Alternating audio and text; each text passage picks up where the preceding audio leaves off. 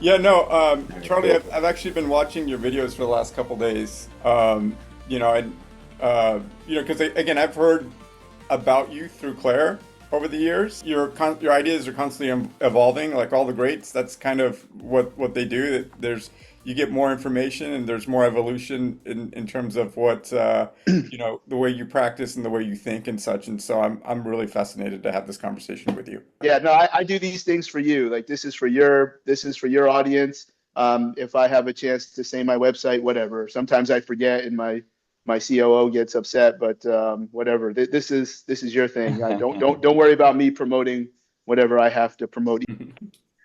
All right. Well, welcome to the Jetset Physical Therapy Podcast. Very special guest today. We have Charlie Weingroff. We have my co-host Jay Bhatt over here. I'm Hey. Randal, and we are Jetset Rehab Education. That's a destination con ed. So go to our website, check it out. And this episode is all about Charlie, though. Charlie you're what I would call like a physical therapist, athletic trainer, but you've reached kind of the upper echelon of clientele, Mm. I right? was I was uh, I was waiting for a smack in the side of the head. You're gonna say something. What? uh, I no, just knew that's you. Wouldn't do yeah, that. yeah, yeah, Yeah. yeah. Nah, But yeah, there's descriptions that are not necessarily offensive. They're just the ones that I don't prefer. But you didn't go mm, there, so it's fine. Like actually, the I did the okay. word the word I don't like at all when people say hybrid. Because think about like what I just said. There's nothing offensive about the word, but what people are trying to identify is okay. He seems to know or do a lot of things that are what somebody else would call physical therapy, but he also seems to do a lot of other things that are, strength and conditioning, or maybe even a third or a fourth. But I think other people use the word hybrid that have a lot of disdain for. So that's why I don't like being associated with hybrid. But what you said was very okay, and I will deflect it. If you think I work with upper echelon or I'm in upper echelon, yeah, I'm pretty sure you've never heard me say that about myself. So I just I had we just finished the last Perform Better functional training summit this weekend, and a young lady said something like, or I think she asked like, do you only work with high level individuals? I'm like, man, like every human being is high level, at least in something. Right. And I'm like, no, a lot of people think I only work with certain people, whether it's professional athletes. But the honest is like I work with people that pay me, or the ones that, and maybe I don't always get paid in money because of the experience, and obviously I can control my own fiduciary responsibility to do gratis work, but I'll decide where those situations are. So if you think I'm upper echelon, I would prefer what I just said.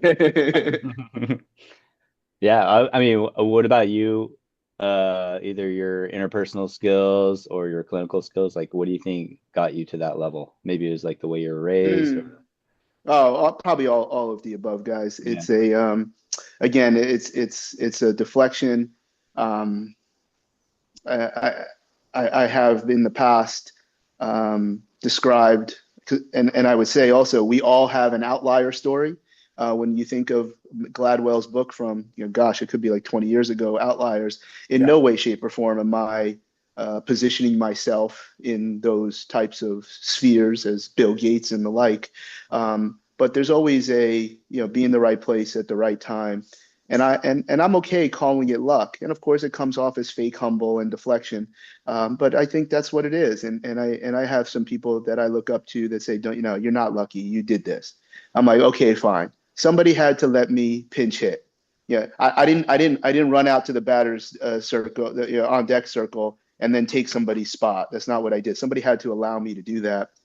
And the path that, as well as what you guys are suggesting in terms of how it's brought up, how I communicate, which I'm in no way, shape, or form do I communicate well with all individuals. I don't think anyone does. I've come across individuals that Jesus, Gandhi, and Mother Teresa would not have been able to lead or bring together. So all of the above, and it's not all roses all the time, particularly non-clinical types of things. I'm on a pretty good run here at the moment. I'm glad that I may be of interest to you and your audience, but it's you just all the cliches apply. You control what you can control. When you get a shot, you get a chance to pinch hit. Yeah, maybe I hit a double off the wall, but you better make sure you hit at least 300 if you're going to keep getting those opportunities to hit.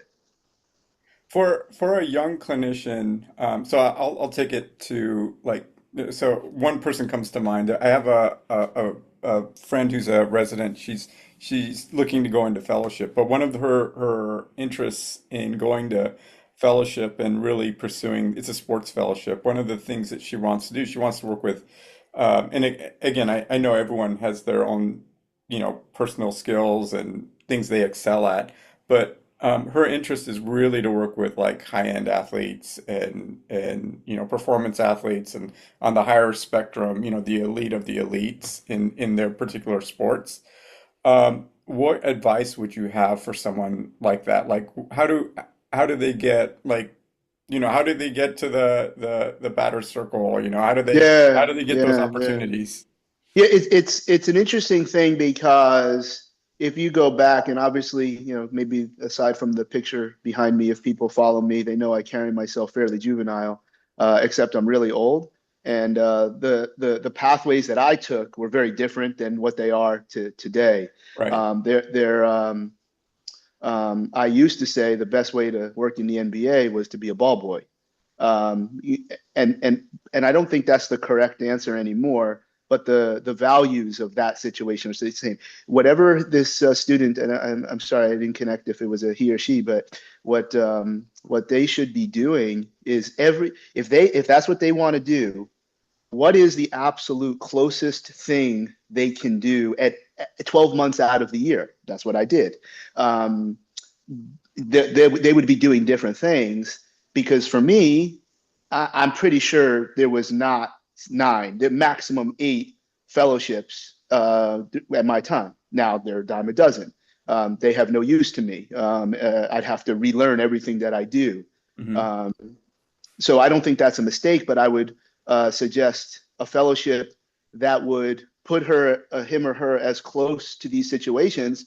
So is it at a big university? Why? Because if you're at a big university, you will be around high level sports where people work in high level sports. And if you can control what you can control, which is be the best you can be and be a joy to be around, it has nothing to do with the fellowship. I would say that to kingdom come. Useless, absolutely useless. Yeah, coming from me who has, never took one, so I'm banging on it. My point is it's the people that want to help you. They will give you these opportunities to pinch hit.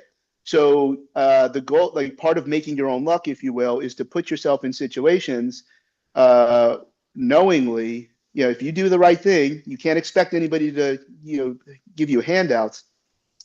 But you see, I'm taking this question very far away from clinical. I mean, Yeah, no, that's fine. again, most people probably do these fellowships 1 or 2 years after they graduate. You're still useless. Like you're all you're doing is repeating what somebody told you. You have you're not supposed to have any of your own thoughts. And to think that those how someone else wants to shape and mold you is going to be the correct shape to fit into this piece in where you want to work after that, that's not very logical. But what is highly logical is that same individual probably has connections. And if they're a good human being, again, you cannot guarantee that just because somebody is teaching you a lot of good clinical skills that they're a good human being. One that has a lot to give, one that has this emotion of abundance. We talk about that a lot, and they give, and they will take you along, and they will make sure that you're not in the back seat, you're in the front seat. And I take a lot of pride in doing that for other people because that's how I did it. It wasn't about clinical. There's nothing that I do now from my mind, in terms of like how I work or what I thought was going to happen. Zero. I think the only thing, the 2 things that I would say about PT school that might be interesting, the only thing clinically that I remember that is still consistent today, and I graduated in 1999, so I am old, even though I came out early. I was probably a couple years younger than everybody else, but I'm still old. Muscle energy technique from an osteopathic approach appears to be identical. That should tell you something. The whole right on left and FRS and all these things. And I never, and why I remember that particularly is because I have tiny little hands. You know what they say when you have tiny little hands, you have tiny little feet. And I work with people that are literally sometimes 300 pounds more than me. Knock it off that you can touch people and say what's happening. Knock it, calm down. And that doesn't mean we're not helping people with said techniques, but that's number one. The other thing that I think a lot of people find very, very interesting is I was told point blank by the program director that, Charlie, we're not sure if you're compatible with the profession, as I was almost thrown out of PT school. How you like me now? Right. Exactly. That's and I don't donate anything back to Rutgers. What did you at the do? time? What did you do I when think you get kicked out? I think a lot of it had to do, number one, I didn't keep my mouth shut. Not that I said things that were inappropriate. The correct thing should just be quiet because I was 20 years old. Now, just being young doesn't mean that you don't have the awareness. But I was already a certified athletic trainer. And I remember we couldn't have been a couple of weeks into the first semester where Nancy Kirsch, who was as far as I know, multiple terms as the president, not of the APTA of New Jersey, but like the board of whatever, like the law. So she was teaching us the law. Very pleasant, very, very good, well-speaking individual, and highly political, meaning like she was a politician. That's why she was probably really good at it. And she was just saying things that were factually incorrect about certified athletic training. So now as a 20-year-old, a guy, whatever. And it's like, dude, like, I'm Dr. Kirsch, like, I'm not sure what you're saying is actually correct here. And now you see what I mean. I should have just shut my mouth like any of us would. You're never old enough to be intelligent. And I think that kind of set the stage, especially someone who then, I used to be a lot bigger than I am now around that time. My cohort had, I think we started with 8 males out of 50. That should tell you something. It should tell you even more that we finished with 5. And there was only 1 male instructor. And without Dr. Mark Campolo, I probably would not have completed physical therapy school because he saw some, he put up for me. He saw some, he related, etc. So how disgraceful to have such a homogenous, and think about in 2027, like you're going to have all female faculty and they all went to NYU, they all went to BU, they were all like clones of each other. They were all neuro, they were all pediatric. And here they see this motherfucker coming through who thinks he knows everything. Cause I would say right now, like high school was harder than PT school for me. I totally, shut it down. And it probably bothered them that I was not moldable in their eyes. So now you can imagine, well, I don't remember any particular language or comments that I would make, but I represented something that they hated. And that, I think that's, I don't wish many of those instructors well. I think it's a shame. It's a shame that that they use their opportunity to affect people. I never say the profession. There is no profession. But they had an opportunity to affect people in such a negative way, and they utilized that. But because there were other people that couldn't get through, both male and female. So they're very, very, very shameful individuals. So that, and as I can say that now, now you can probably understand. Of course, I said things that probably chafed them, but I wasn't doing it to like be a dick. I'm doing it because. Like to me, communication, conversation should be this open source. Right. And the moment somebody says something different, I have to start to think, hey, hold on. So hit pause. This is like 0.0008 milliseconds. Is this person trying to hurt me? Or is this person actually have information that might make us better? And when you're stuck and you're a bad person, you will automatically think that this person is wrong or they're trying to hurt you. And that's not an easy thing to do. But I would actually go back to that, what should that resident be doing? They should be looking at things in that way where, kind of get to the finish line, keep your mouth shut, Nobody's trying to hurt you.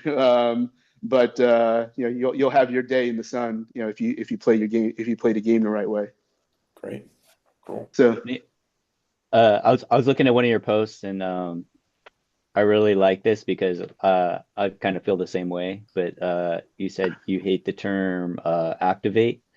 No, I hate things more. I hate things more than activate. Yeah. It's just a word that is such a powerful word. This will be a recurring theme in this podcast. My age compared to you guys, but I don't know. I don't think you know who the Wonder Twin powers activate. That's the first thing that I think of. Upstairs, I actually have a Zan T-shirt. So if I wear it, if somebody knows what that is, then that means they know they were probably they grew up in the 80s and 90s. But actually, I think the Wonder Twins were probably from the Super Friends in the 70s. But they were. Yeah. All of Justice. So, yeah. Which is based on the train station in Indiana. It's like, oh my God, have I been here before? Like, so look that up. But yeah, activate is it's a word that if you put it into, it could have like 10 different definitions. And I'm quite certain that muscles are never off, meaning they're not contracting, or there's no electrical signal that requires activation unless you're dead. So you can contract, like there's no such thing as glute amnesia. That's not a thing. You have to activate your glutes. Okay. I'm quite certain if we put an EMG on said individual, their glutes are doing something. Now, is there a motor strategy? And that's maybe a more scary terminology that sometimes I get coached, Charlie, don't use big words. I'm like, come on, man, motor strategy can't be that big of a word. But I don't, you just do the thing. And if you're doing the thing in the ideal environment, meaning the position, the load, et cetera, the right muscles will be coerced at worst to do the right thing at the right time within a range. Because remember, there's no one right thing to do anything, but there are wrong. And you have to put that's the essence of motor learning and motor control. You have to put somebody in a position to succeed and fail, ... without dire circumstances. And if you do that, the muscle will do the right thing. We don't have to say activate. Even the most historical, nonsensical movement in all of physical therapy, a yellow rubber band doing this, I'm pretty sure your posterior deltoid is doing something in that movement. So calm down. So aside from it being incredibly understimulative for 99% of the individuals that do said exercise. So I'm not I would prefer to use language that clearly, as much as possible, clearly tells the individual what I want them to do. And if activate has like 10 different definitions, if it has 5, I've got a 20% chance of succeeding. So I'm going to use a different word to get the individual to just do what I want them to do without me giving very, very specific instructions. And to me, that's another core value of motor learning and motor control. So, I mean, I hear like kind of what you're saying, and I think what I'm hearing, it speaks kind of like this, there's like a theme in terms of like, you're setting the patient up or the athlete up, putting their joint in the most optimal position to get optimal, optimal muscle Response. Yeah, I was going to say activation, but I'm not going to use I that know. word. Well, no, because what you wanted to say was co-activation, which is actually, that sometimes I will say, because to me, that kind of makes sense in the context of what I know full well you were thinking of. But yeah, now that's but let me take a couple steps back. Yeah. If there's 3 rules that I think, and my study of motor learning would be through Nikolai Bernstein, whatever else you call it, the dynamic systems theory, et cetera. There's dozens of brilliant researchers for motor control. I think the first step is understanding when you teach someone how to do something, it is fundamentally a different set of specific adaptations to impose demands than when you are only trying to build strength and power and endurance, et cetera, which is a fundamentally different set of specific adaptations to impose demands when you are trying to increase soft tissue mobility of a joint or something. Those are three completely different things. Now, there's carryover at times, particularly with motor control and fitness. And then there's a fourth one with pain, which you can, in theory, have overlap. So I think when we're talking specifically of if I am trying to, my primary goal of this intervention is to change how you currently do something or show you a new way to do something. There's kind of 1+3 core values, if you will, that I think absolutely have to happen. They in order for there to be a learning experience. Other really, really good things might be happening, and you're always obviously burning calories, but you're not learning the thing. You're not. Number one, the joints actually have to do what you want them to do. So if you take my arm and it only goes this high, you will never be able to teach me to do something at 170 degrees because the joint actually won't do it. So you don't even try. Like it's not going to happen because the joint can't do the thing. There's a doorstop, figuratively. So you have to take some type of alternate strategy to remove the doorstop. If the doorstop is neurological, rubbing on it and needling it and it'll work because it wasn't really a doorstop. Your brain was just doing that. But sometimes the tissue is genuinely changed, and that's just time under tension of getting right up to the barrier of that limitation and making some attempt to change the direction of the collagen. That in itself might show more movement, but you didn't learn anything. Okay, so when I said 1+3, you have to do something in that category. But if you show up to the thing where, like the person lifts their arm like this, but then when you put them on the table, it goes like this, like that's weird. How come said individual couldn't do it while they were standing? Are they that weak that they can't only lift this high, or is it a motor strategy? Well, you do your little, they're not weak. What about me? Like you're gonna tell me I'm weak? Calm down with this. That's an incredibly ludicrous thing, not related to me, but we say people are weak when this is nonsense. People are only weak if they can't feed themselves or get up out of a chair. There's varying levels of strong. So for instance, when we look at motor skill acquisition, number one, you have to put the person in a situation that reminds them that they have a problem. You have to exaggerate the error. If you don't exaggerate the error, again, you may be doing something good, but you are not putting them into a motor learning environment. So number one, they have to be able to do the thing like a puppet. Like you have to be able to move them into it. Then +3, number one, you have to exaggerate the mistake. The environment that you put them in, the position, the load, the cueing, et cetera, they have to actually get better at the thing. So I think a lot of people are using these, whatever you want to call them, rehab. I call them special exercises for movement. That's more in line with the Russian, old Soviet Union language. Some people call them corrective exercises. Some people call them rehab exercises, whatever you want to call them. You actually have to get better at the thing. That does not happen. People just follow. No, I learned it. I'm level D. I'm doing these exercises, but nothing changes. So you did the first thing correctly, but you didn't do the second thing correctly. So the thing actually has to get you better and closer to your audit, to your standard. And then the third rule is ideally you will say nothing. So you will back away. Your communication verbally will fade, because if I have to coach you guys into doing something, it's my voice. That's a variable, because if my voice does not resonate to you, or God forbid resonates negatively, I'm already shot. I'm already a bad coach. Then your ear has to have something to do with it, both mechanically and neurologically, because I could coach you perfectly in Spanish. I could do this whole podcast in Spanish if you want. I'm not sure everyone's going to understand as well as if we do it English. So then it has to go to your brain, and your brain has to interpret what your ear sent to it. And then it has to go to your spinal cord, et cetera, et cetera, et cetera, et cetera.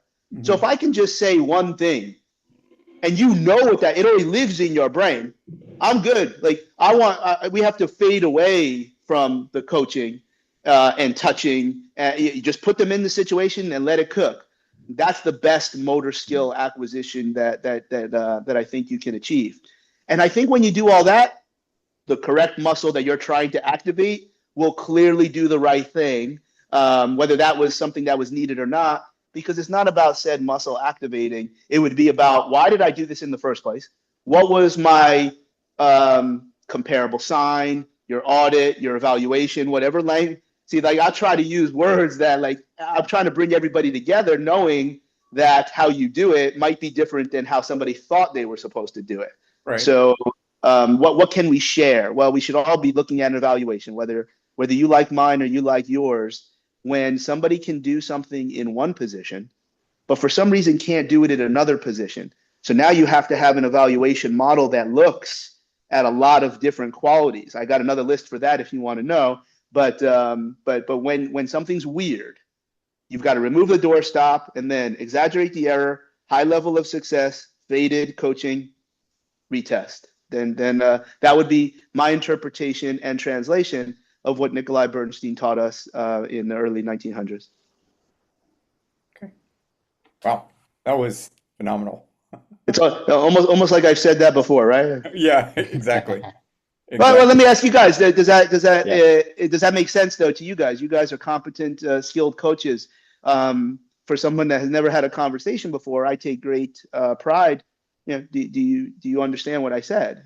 Because I hope that the answer is yes. But if it's not, then I can get better with your feedback. No, I think for me, it definitely is. But I think what came through to me is, and this is one piece I think that I've heard over the years that some clinicians will miss is the idea of just the communicative piece and letting the patient even like struggle a little bit to come up with the idea of what you're trying to do. And just like you said, hey, I'll just take a step back and let them kind of figure it out. I think there's a lot of people who are just getting in there and constantly bombarding the person with yeah, that's what I'm talking about. Yeah. And it's not that can't work in the initial stage, like the very, very early stages of motor learning and coaching. But what you want to get to, in my opinion, guys, is, Charlie, I don't know where in the world you come up with this shit, but somehow I know exactly what you want me to do. That's the goal. That's the feedback that I want from a coach, as a coach, rather. Obviously, there's other things that I would attribute to a great coach, but that's from an actual communication standpoint. And then you can start to see, how I would communicate to two-time NBA MVP, who I've known since the age of 15, in Shea Gilgeous-Alexander. The words I would use for him would be very, very different than the words I would use for Lane Johnson, tackle for the Eagles. I'm using sensational names that maybe people know, but these are two completely different human beings. And what words they relate to is the limiting factor to how well you can coach them. You cannot use the same words for a hillbilly from Oklahoma versus Shea from Hamilton, Ontario, Canada, my home and native land. Totally. I'm not from Canada. I'm not from Canada. You can hear the accent. Yeah. No, I have the accent working there for 10 years. But that's but hopefully you get the point that like a lot of times when you work with young athletes or young people in general, movies is what brings us together. It's why movies and cinema have existed as long as it has. And is currently making somewhat of a comeback after a few years ago. But the reason movies bring us together, so you try to use language from movies because in theory we all watch movies. But again, to think that every person is going to watch the same movies is false. And so if I'm going to say use language from Friday, and say like, I'm gonna steal your bike like Devo. And then I'm trying to get them to explosively rotate the opposite direction. Then maybe that'll work for a cornerback or a basketball player, but it's probably not going to work for a tennis player from Croatia. So you have to use words that's the hammer of great motor skill acquisition. That's the hammer for getting you to activate your muscles. I'm going to bring you back to the question. I promise. I don't suck at this. So that's where I would rather understand all of those concepts and try to bring that together than tell somebody to activate their lower trap. Yeah, good luck with that. Yeah. I mean, you're talking about coaching and the importance of getting through right here as the first step. If this doesn't happen, nothing else is going to happen. But I also have seen you say that certain things are important along the lines of free play and downtime, especially with young athletes and kids. Yeah, So I was wondering if you could like maybe speak on the importance, because I actually have a theory. I don't know if you watched the World Cup, a little bit. Yeah. but I have a theory on why U.S. soccer sucks right now, and Yeah, I'll run it by I'm you. not at that level. I'm not at Oh, that okay, level. okay. I would always ask. I would always ask people, "Who's good? Are they good? Are they good? Should I watch All this game?" right. The I'll bring it back to you. So it will hit because you mentioned SGA, Shea Alexander. So yeah, um, I mean he's Canadian, but like if you look in the just to bring it to basketball, like everywhere in the United States, you see basketball courts and you see people playing pickup ball. If you go to Europe, you're not really seeing that. So yeah, it's more of like interesting. it's more of a coach sport. Same way soccer is in the United States. We only have kids playing organized soccer. We don't have them playing pickup soccer like you see in other countries. They have like soccer courts everywhere. Right, right. So I was wondering if you could just speak a little bit to the skills you pick up when you're not coached, Yeah, when yeah. you're on your own. Um, so if we bounce it a little bit of what I was saying before, uh, you have to have high level of success. You'll learn to do the thing when you have high level of success. So everybody knows the ball is supposed to go in the basket and you're supposed to stop the other guy from putting it in the basket. So you already have the audit. You already know and then you just figure out how to make it happen. And if I were to go to the one on the 1+3 analogy, well, I may not be skilled. I may not have a high level of success at that because I'm not very tall. There's not a whole lot I can do about that. If I could hit a button and get taller, that'd be really, really cool. I could do this interview in a yellow jacket. But the reality is, if the environment is ideal for any individual, again, I think open play and downtime, I would count those as different things. But Mm. I think the absolute best way to harness mastery of skills, meaning Shea knows how to shoot the ball, but can he shoot the ball and make it go in under a myriad of different circumstances? That has to be open play. That has to be 3-on-3, 5-on-5, to a degree 1-on-1, but not every person can value 1-on-1 outside of fitness. So I think that's why you see some of these incredible results. And I think I'm not sure that that's not a part of a lot of high level activity, but that's that's where I would kind of Hmm. again it's a little bit I'm using terminologies that maybe are different because they translate from Russian. The words don't always translate.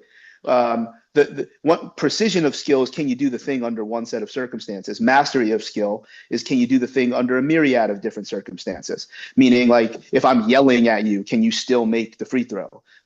Those are two completely different sensory motor environments. Even though I'm trying to do the same thing, someone yelling at me is trying to not make me do the right thing. So can I block out the mistake?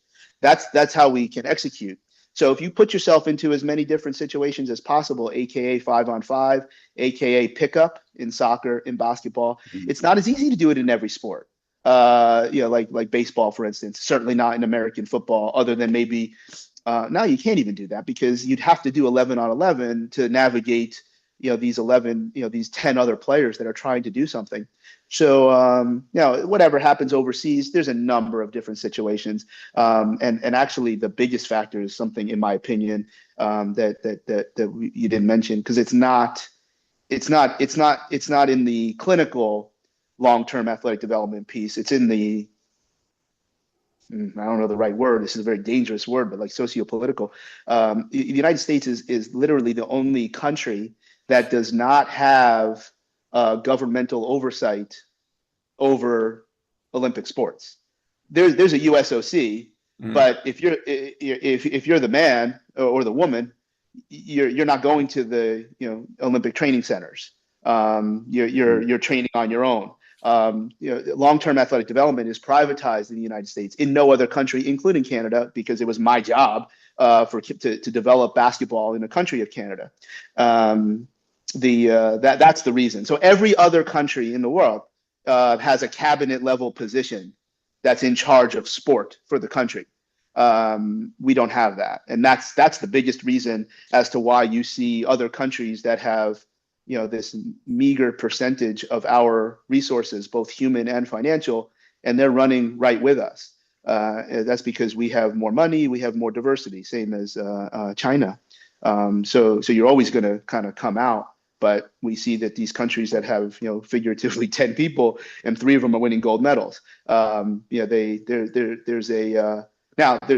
a downside to the other stuff, that once little Jimmy is 8 years old and he or she he is deemed to have the potential to be an Olympic gymnast, little Jimmy doesn't live at home anymore. Little Jimmy lives at the Olympic Training Center, and mom and dad get paid to give little Jimmy to the state. And if it sounds ugly, that's how it works. And again, my firsthand knowledge of my role in in Chinese Olympic Committee as a consultant is very high. So, and please, what I just described is not this horrible, evil thing. It's just a cultural difference. It's not no one is being grabbed by their throat and while mom is trying to hold them back.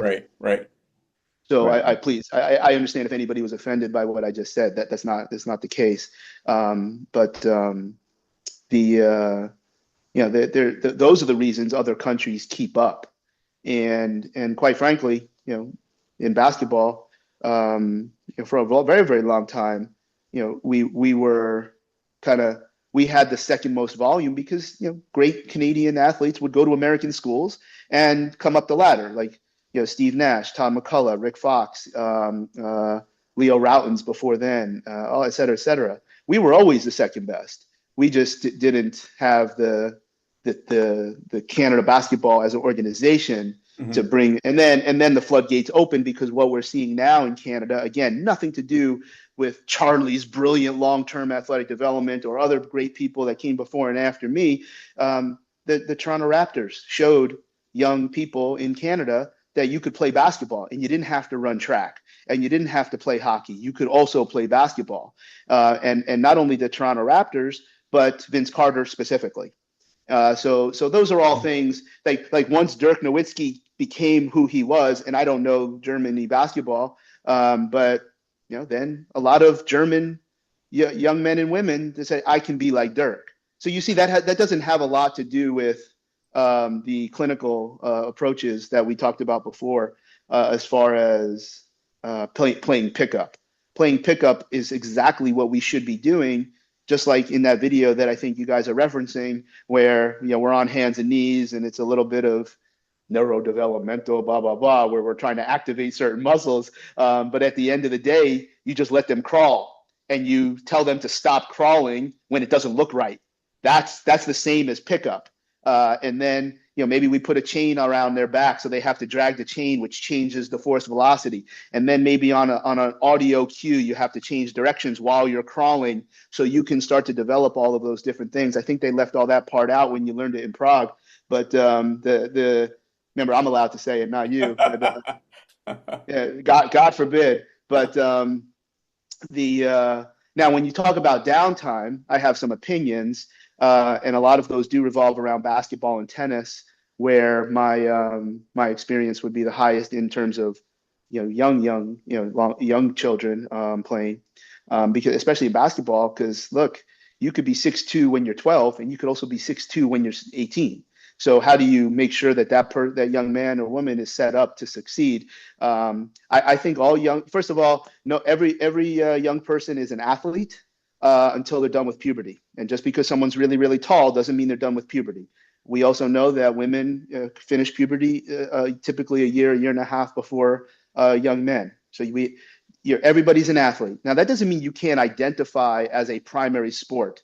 I think that's also very, very important. If you're a 6'2", 12-year-old, it's okay to tell the world, I love basketball and I'm a basketball player.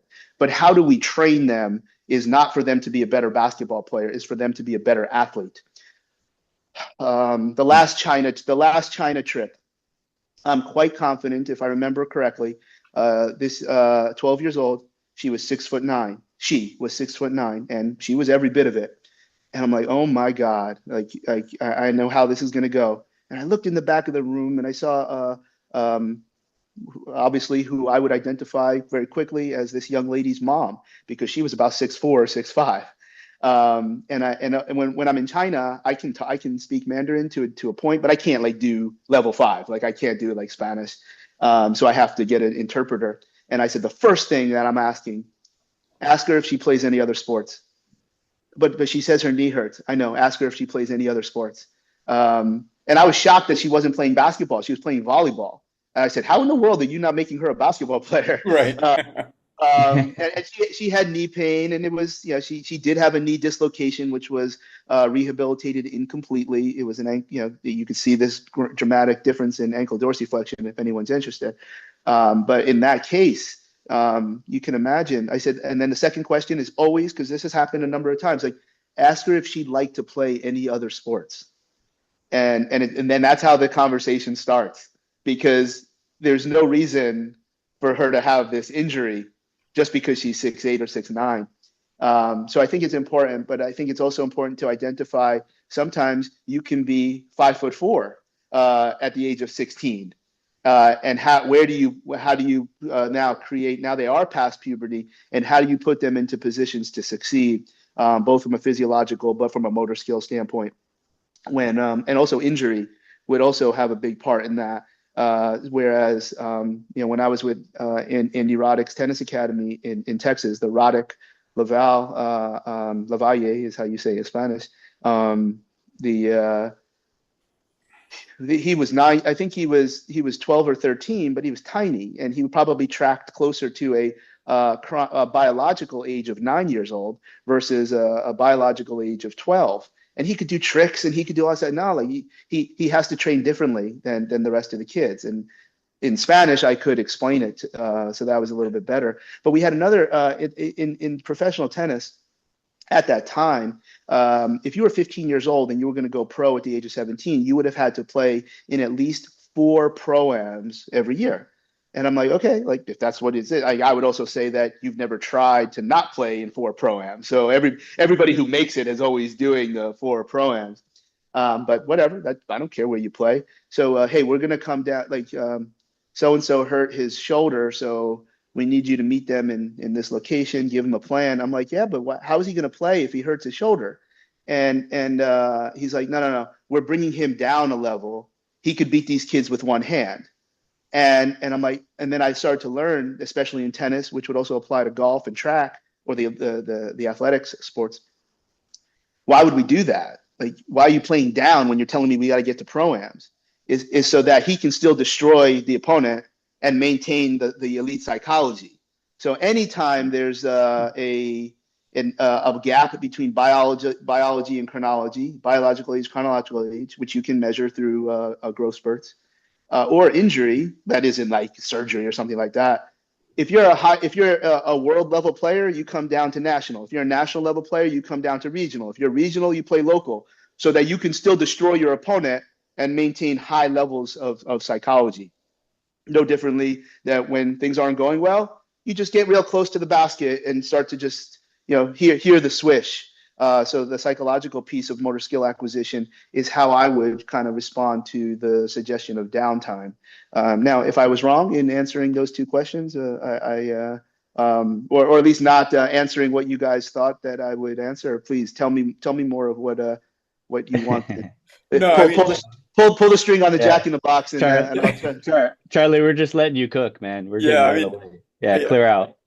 Yeah. I want to say I think where this comes like kind of full circle for me in some ways is okay. So I'm hearing a lot around the motor skill, the acquisition, the free play.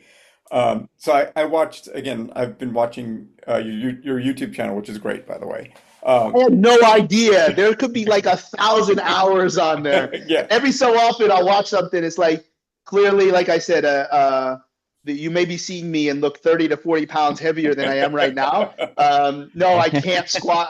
I can't squat 800 pounds anymore. No, but I'm like, goddamn, I Me would neither. have said that. I would have said that like 12 years ago. Like, it's so interesting.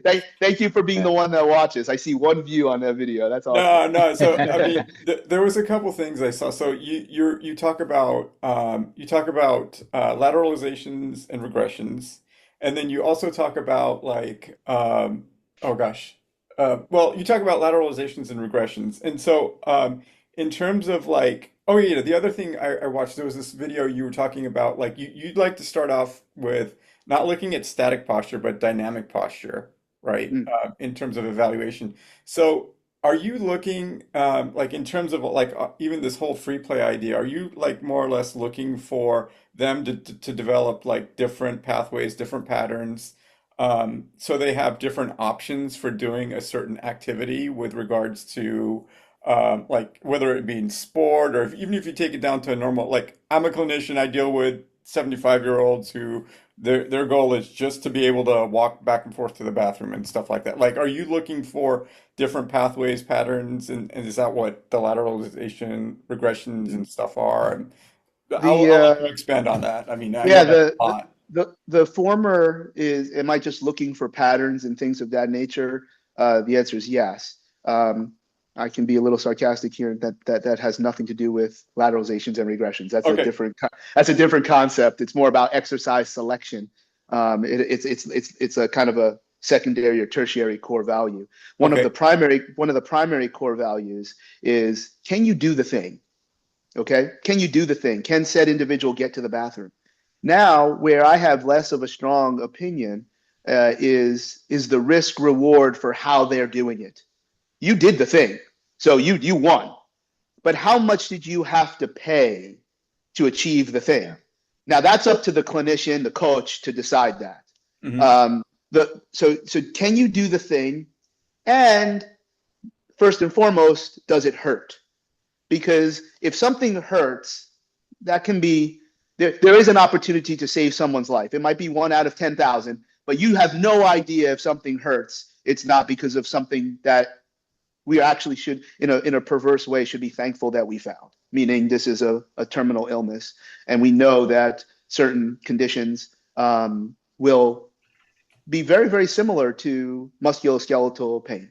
Okay, so can you do the thing? Yes. Does it hurt? Evaluate. We might need to change this. Now, if somebody's 75 and the reason that they have this hurt is something that has a new cost analysis, like we're not doing a knee replacement on this guy. Like we're just not. Like maybe you would, maybe you wouldn't. That's not for me to decide. But to think that you already have the answer to that question is disgraceful. Patients deserve the opportunity to make decisions. I'm sorry, I was getting a call there. I find it ridiculous that we don't do imaging and we do not provide information because I want the patient or the client or the athlete to be equal to me. I just know what to do about it. I want them to know every single option, and it is their decision to decide, not mine. If they want to ask me, hey, Charlie, what would you do if it was your son? Well, then I will provide the answer based on that context. So, meaning, let's go back to the posture piece. If somebody's head walks into the room 3 minutes before the rest of their body, Hmm. who are we? Does that person have any pain? No. Did they walk into the room and do they want to be better? Is there anything that we need to accomplish here? More times than not, the answer is nothing. Like we're going to do nothing here. Now, if somebody's head walks into the room and part of their context is they need to press overhead, does it look different when they press overhead? Now we've got a problem, because if they're going to press overhead and their head is all like this, then I believe that I'm going to have some type of musculoskeletal overload. I use my words very carefully. I believe. Now, every single person, their arm isn't, their shoulder, their acromion isn't going to break off with one repetition of reaching into the cupboard. But over time, what is the risk reward in my perceived expert opinion? Now, the reason we don't look at static posture versus that situation, which is now material, Right. everybody's got to lift overhead. So we might need to do something to mitigate thoracic extension so the scapula can do X and the shoulder can do Y.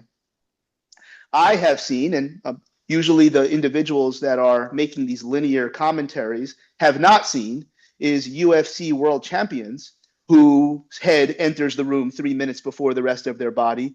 Yet when you see them on TV, they're doing Superman punch, and that little plumb line looks pretty perfect. Right. That goes back to what we were talking about earlier, where if you can do it in one position, but not another, that's weird. But can I do the terminal thing? Can I do the thing with load? So they're able to organize this said strategy so they are efficient, they are centrated, even though in this static position, they're not. So what am I really changing? What am I really fixing? What is the goal of this? Do I need to look good in a picture? Because if that person can do it, maybe I'll just tell them, yo, why don't you sit up straight? Why don't you lean up against the wall and pack your neck and crawl your head up? Because they can do it. Right. But that individual isn't looking at the same pattern in multiple ways. They're only looking at one. So that's my view on those things. And you have to. Nobody has to do anything. I feel like I have to look at the same pattern in as many different ways as possible. Because if I can see the thing I want in one, I would ask you, what if that was the first one you looked at? You would never be concerned. Like if you looked at dynamic first, and hey, man, this dude's nice, let's go train. You wouldn't care what their static looked like. Right. But so that's just food for thought. Remember, I don't. If somebody doesn't do what I want them to do, that doesn't mean I hate you. So it's. So then talk to me then about, and again, I'm sorry, I'm not totally familiar with the lateralizations and the regressions and such. So it sounds like that's definitely exercise, but the way I'm kind of understanding it, and again, I may be wrong on this, is you're trying to develop different pathways for them to be able to do a particular activity. So in other words, in your example, let's say it's that UFC guy and he can't, he's doing the Superman punch, but his neck's still, his head is still 3 inches, way too forward, and he's complaining of pain and stuff, and this is his concern. What is your thoughts on that? How are you going to get there? Interesting question, because lateralizations and regressions is a concept of what do you do with your initial levels of evaluation. And I'm not sure the commentary on what that evaluation yields has any consequence to a UFC fighter competing. Okay. And again, you have to kind of work with that not UFC alone, but take a construction worker who, if he or she takes days off, their family doesn't eat. Like this is so. Now, how do we prepare for this physical activity is where lateralizations come in. So I would look at,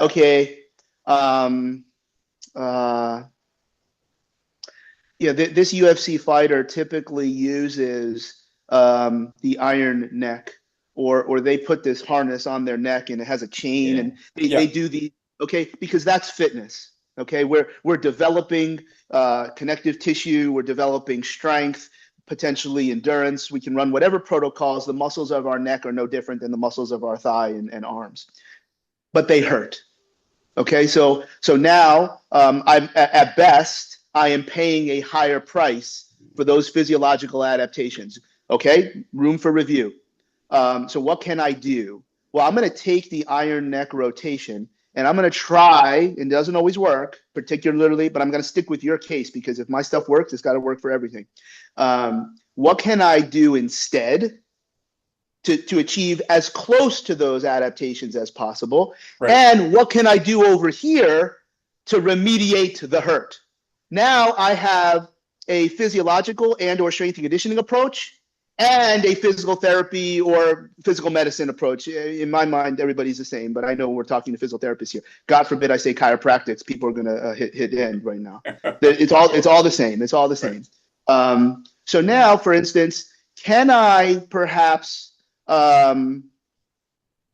move the iron neck down to maybe knee height and go on to hands and knees and see if that hurt? Charlie, man, that feels a lot better. That makes sense to a physical therapist because you've now changed the position of the spine. Sure. Maybe the real problem is somewhere in hip loading or the pelvis and the SI. So that's a lateralization. It's what I'm going to do instead. Now, Right. as a coach or a therapist, you'd be like, man, yeah, but he's never going to be able to load as much. And we like to do shadow boxing with this on. I'm like, okay, but you're telling me it hurts. So the lateralization is what you do instead to still try to achieve the adaptation. So anytime you're because to me, it's not about what we do as physical therapists. The only reason you do something as a physical therapist is so you can train your ass off. If you're not training, that's probably why you need physical therapy in the first place, because you were not fit. You did not have robustness, whatever it was, you broke. Stress broke you. So you need to properly stress. That's not necessarily what physical therapy is. Physical therapy is getting you back up to even so you can bring the heat. It doesn't matter who guides this stuff. So we're going to do something instead. So you have to now say, what is your activity? Like, what do you do? And then we have to kind of say, what do you do when you do iron neck? Well, I have the neck on, I pump it. No. Why are you doing it? Because if you didn't have an iron neck, what would you do? Like, well, what do you mean? Like, what is the physiological response that you are trying to achieve? Because there's no way the iron neck is the only way in the world to do it. So, okay, we're looking for cervical strength. Bam. I can now think of a million different things for cervical strength. Mm-hmm. Let's find the ones that don't hurt. I know this one may not be as good as that one, but it doesn't hurt. Right. And that in itself could be therapeutic, but at least I'm removing all of these negative things of hurt, which could be structural, overload and irritation. And of course, anytime something hurts, there's an autonomic factor to this. So I'm taking two major pieces away. The regression is snap, crackle, and pop. The regression is ding. The regression is 4.5 month position. The regression is, so because nobody ever got strong and fit from 4.5 months. Okay, no one ever did that. You set yourself up to be more robust to bring the heat. Right. So the regression is what you do instead. I'm sorry, the regression is how you fill in the blank. The lateralization, you see what my hands are doing. Yeah. Because lateralization is equal. I'll take you away because this is interesting that you asked about that example because it's somewhat complicated compared to something else. If somebody's for whatever reason their knee hurts when they do a squat, your physical therapy evaluation says it's this, this, and this. I don't care what you say. Whatever you want to do is your regressions. Mm-hmm. The lateralization is just do a deadlift because your knee is relatively vertical. Your knee doesn't hurt anymore. Yeah, but a squat's not a deadlift. Yeah, I know, but they're both for lower body strength.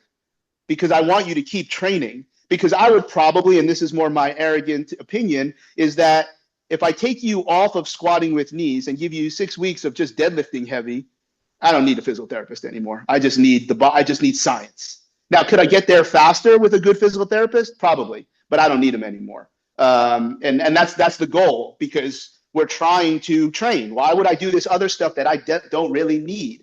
Well, I might need it because I can get there faster. And if anybody disagrees with me, well, they probably don't know how to deadlift, and they're not evaluating as keenly to determine, because again, if somebody's has a different type of knee pain, like are you going to stare at their knee and somehow change the meniscus?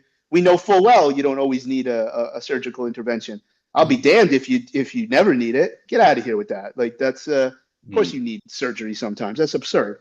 Drop a needle right into rectus femoris, and all of a sudden their knee pain is gone. Did you try that? Oh, we're not allowed to needle in California. All right, then just take your elbow and make them eat a piece of wood for 2 minutes. Because I'm pretty sure if you do something not the knee, and then their knee doesn't hurt anymore. Now go back to squat at a different level, put a band around their knee. Let's work on the ankle. That's what I'm saying. Like there's so many different options for people to run these models. But once you bring ass kicking fitness and actually understand how that plays an equal role to choosing neurological or mechanical consequences, then they get real fussy. So now lateralizations and regressions allows people to work together. And as long as they think the same way, you can do your physical therapy over here. You can do your strength and conditioning over here. Just stay within these boundaries and people will get better much, much quicker. All right. That's pretty awesome. And they get to keep doing what they like, right? In theory. I mean, there's a whole nother list, if you will, of why my opinion, and I think you guys know, I hold my physical therapy skills in high regard. train, you'll get 80% better, 80-20 rule. If you just stop doing the thing that hurts and just train your ass off with things that don't hurt, 80% of people will get better anyway. They may not get better as fast. I want to be Superman. I want to bring them both together. But because we're not training the same way maybe someone else would train, we are training specifically to develop physiological adaptations that are directly related to healing, such as hormonal impact, cytotoxic T cells, central cardiovascular, and peripheral cardiovascular. Probably can't do peripheral if you already have pain in the segment. So again, I say those really, really fast because I know that that's not what people are doing. And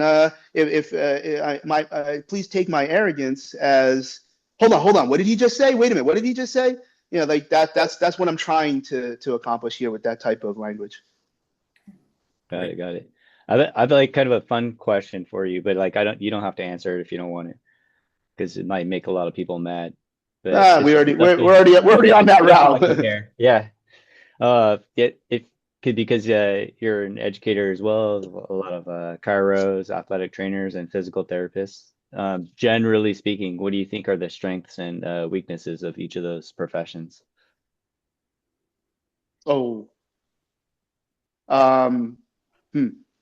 I'm not going to dodge. I just got to make sure I say the right thing here. I cannot comment on the strengths and weaknesses of the human beings because all human beings are relatively the same. I think the cultural environments that those three professions kind of harden them into breed certain characteristics. And you have to break out of that if that's not palatable to you, rather than say what those things are. And because I may be speaking to someone who already has done that. And they're like, no, Charlie, you're wrong. That's not what I do. I didn't say that. I'm saying this is what most people do. And generalizations and stereotypes are often disgusting to the people that don't represent them, but they're there for a reason. So I think all three of those professions, I would rather bring them together by making some keen suggestions that the last time I checked, the rules of biology and physics, the rules of neurology and physiology are the same regardless of where you went to school. So, and that includes orthopedic surgeons, that includes registered dietitians and nutritionists and trainers, et cetera, et cetera. We're all going by the exact same rules. For anyone to disagree is fundamentally ridiculous. Now, you may prefer different ways to intervene into the human system, except they have to work.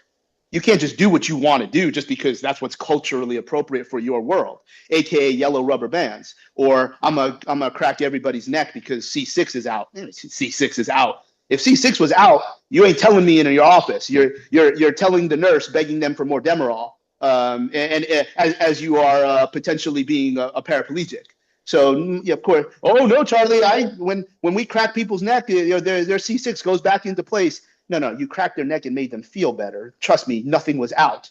Or it's make-believe X-rays. So again, I'm banging on them. And so I guess I have to bang on athletic training. So we got the yellow rubber bands. We've got this ridiculous mechanical consequence of manipulation. And again, there's so many different worlds certified athletic trainers can work in. And they're typically marginalized. They're typically overworked. And any group that's marginalized, it's very easy for them to start to, put an S on their chest and be very angry. But it's very, like, hey, everybody, the human body works the same for everybody. There's no reason for any of those three groups to be different. Yeah, we all have the same job. Yeah, exactly. to a point. Yeah. Do you guys have all three of those groups that would to potentially be listeners right now? Yeah. Usually, a lot of our courses we have. We're doing exactly what you said. We're bringing everybody together. We have a very diverse, professionally diverse. So those are the people that probably I'm not talking about. But yeah. I guess a better way to put it would be like suggest, if you were the president of each profession, suggest something to each one. How do we make one? See, I already said before, I don't like this profession, but yeah, you're not in a profession. We are here to help people, and no one is allowed in this room anymore until you can tell me why you think you're different. Like, what in the world are you doing that's different? Nothing. Like, we're all the same. If you can tell the difference clinically between any two of these people. So it's like, what were they all share, this rehab situation? Why would anybody do anything differently? An athletic trainer, a certified athletic trainer is going to say, well, they don't have time. A Chiro is going to say, well, we believe we can solve all 10 systems of the body by doing these techniques to the spine. All right, can we test the thing in the hospital instead of you just telling me my liver is good because you banged on T10? And physiotherapists are movement experts. Oh my God. Is that why, and then where's your expertise after there's no more sessions left? It was the patient's fault. It was the insurance company's fault. All right, and then you mad at me that I'm making more money in one session than you do in a month. So how about maybe I would say those things, and 80% of the room would leave, but then the other 20% is going to be the ones that have a great life and help people. And there you go. Right. How about them apples? Yeah, there you go. What do you think is the future for you, and like the future for education? Like, what are your goals moving forward? I mean, I just want to work. I think the goal of work is so you don't have to work, and I'm not at that point yet.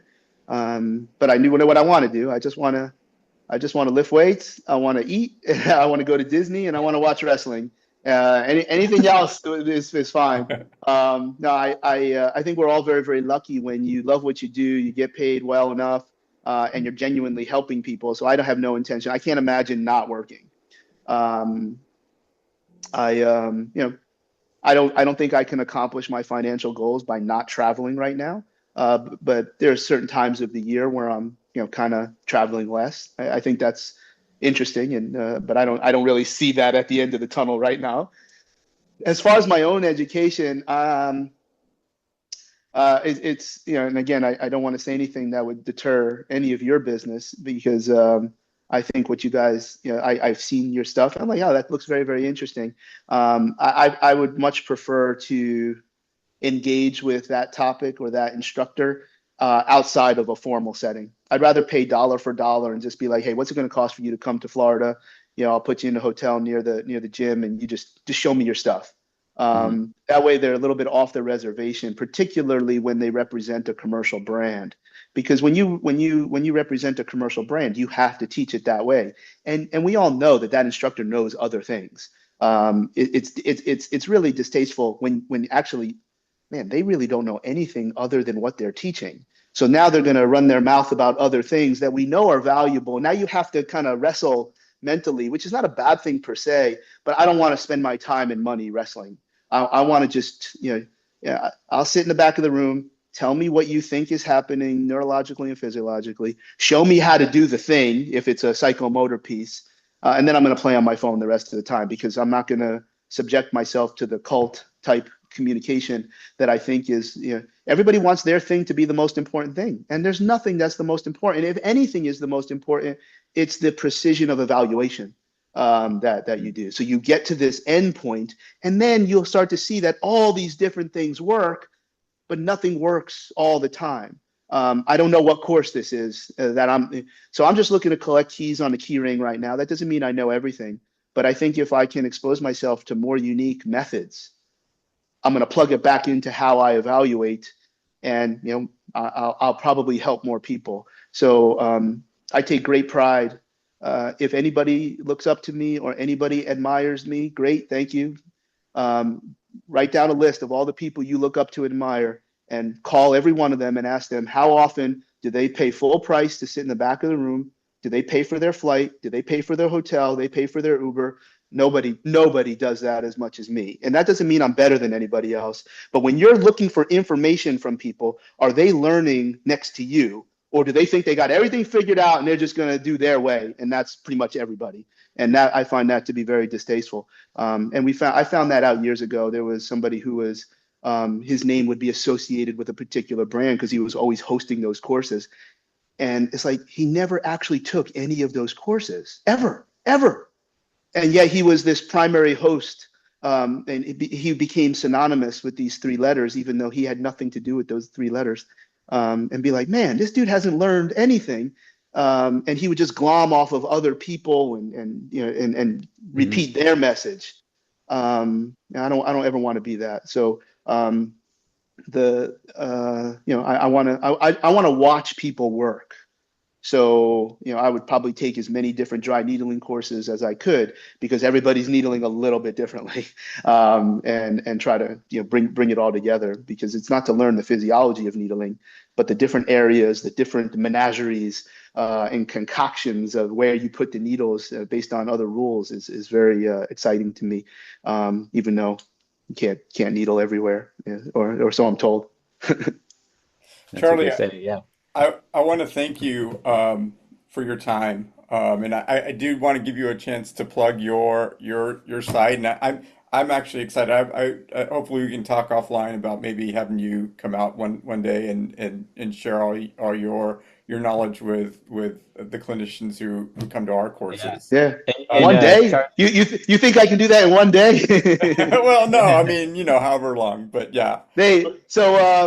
We mentioned before, I had no idea that there was that many, hours of content on YouTube. So obviously we kind of have this structure, where it's free and then low ticket, et cetera, et cetera. So Instagram and YouTube. So YouTube is CWagon75. Instagram is CH Weingroff. There's just free. It's all just free. Every so often you might get whacked over the head to buy something, and that's where you move up the ladder. Where many years ago, DVDs used to be how we learned remote. Obviously, that's not a thing. So there's an entire streaming platform, and we would kind of call that like middle ticket. Where I don't know how this goes back to 2009 when I did the first DVD. Where maybe people started to recognize Train Equals Rehab. So there's that, and that's at charlieweingroff.com. Obviously, there's a mailing list on there. Probably in the fall. So we're filming this in late August. So maybe within 4 to 6 weeks, we tried something different, which is called the T equals R, the mentorship. And we had an Olympic cyclist come in, and I think products and we should be answering a problem. Business is about solving someone's problem or answering their question. So people would always ask, like, Charlie, what do you really do? I'm like, I don't know. Like, I can't say it. Like, I don't know what I'm doing. I mean, I'm just solving problems. I'm like, what is your problem? And I'll solve it. I consult a lot outside of our profession. There, I use the word. So there's about 13 hours that's going to be divided over a certain amount of weeks. And each week there'll be a live Q&A, and you're going to see exactly what I'm doing for this Olympic level cyclist that has knee pain. And we break the fourth wall a little bit. But it's really like you're in the room just watching what I would actually do if somebody came and paid me to create this plan and this solution for them. So, and then of course, seeing me in person or doing a seminar, that would be the top of this business model. So there's all these different ways to get access. But the T equals R mentorship, I'm quite certain Heather will be very happy that you gave me this opportunity to talk about it. There's a sign up list, an interest list. Obviously, if you're on the list, you'll get a better deal out of it. And then obviously there'll be a bunch of other incentives, if you will. But that will be multi-weeks or maybe multi-months of and because I kind of would rather do that than do these information dumps, because I have to pick the information dump. But if I'm going back and forth, like on a podcast like this, if you're asking me the question in some way, that means you want to know. That way I can tell you exactly what you want to know. Otherwise, I can just guess and tell you what I think you should know. I kind of like the former better. That way it's for you, and there's no, I'm not shoving anything down your throat. Great. That sounds really cool. It's almost like when I watch these like cooking shows or like. Yeah, how about that? We're gonna use that. And again, like, who else is doing that? And all your heroes that you look up to, who actually, because they actually don't work with people, they don't have a schedule that you can get on. But again, zebra doesn't change your stripes. I look at life through the lens of battle, and if I can communicate in a certain way like that, then maybe you'll start to realize why you're not getting the results. Because even though you thought so and so was the man or the woman, they're really full of shit. And so now I'm going to put it out there. I'm going to show you exactly, and I'm not going to give you the end of the story, but But I will say this: I'm not 100%. I ain't got no magic wand. Not everything always goes the way you want, but it's about generating information and then giving the patient the next step of what I think they should do. And that's what you'll get out of the mentorship. Awesome. That sounds amazing. Very cool. Yeah. And then one thing that we offer in all our classes is we do after course happy hour.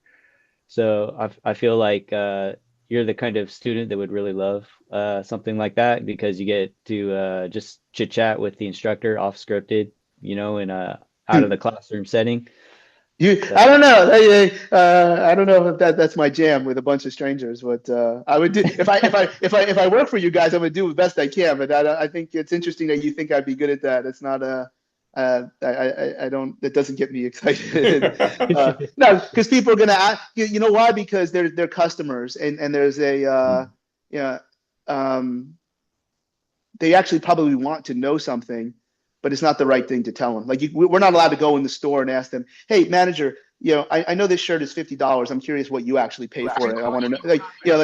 There's certain types of questions that are genuinely interesting and confusing to the learner, but it's not appropriate to tell them in a commercial setting.